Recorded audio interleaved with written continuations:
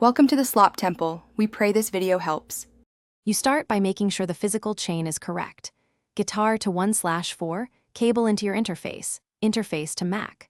Once connected, open System Settings and choose the interface as the input device so audio routes to Garageband. Make sure phantom power is off for passive guitars. Turn it on only for active pickups when needed.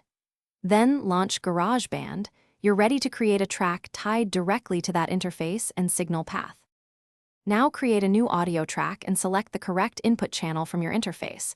This maps your guitar signal into GarageBand. Enable monitoring so you hear processed sound through amp sims. Pick a preset to shape tone while you play. Check input gain on the interface. Aim for peaks near -6 dB because clean headroom prevents clipping and preserves dynamics. If you hear latency, lower buffer size in audio/MIDI preferences, but keep it high enough to arm the track and press record. Use the metronome or a click track to lock timing if you plan to overdub. Once you're happy, stop and listen, undo or retake as needed.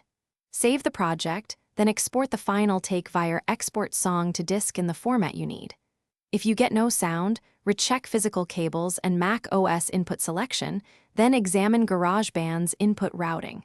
If latency affects playability, lower the buffer size or use direct monitoring on the interface. This usually fixes the issue.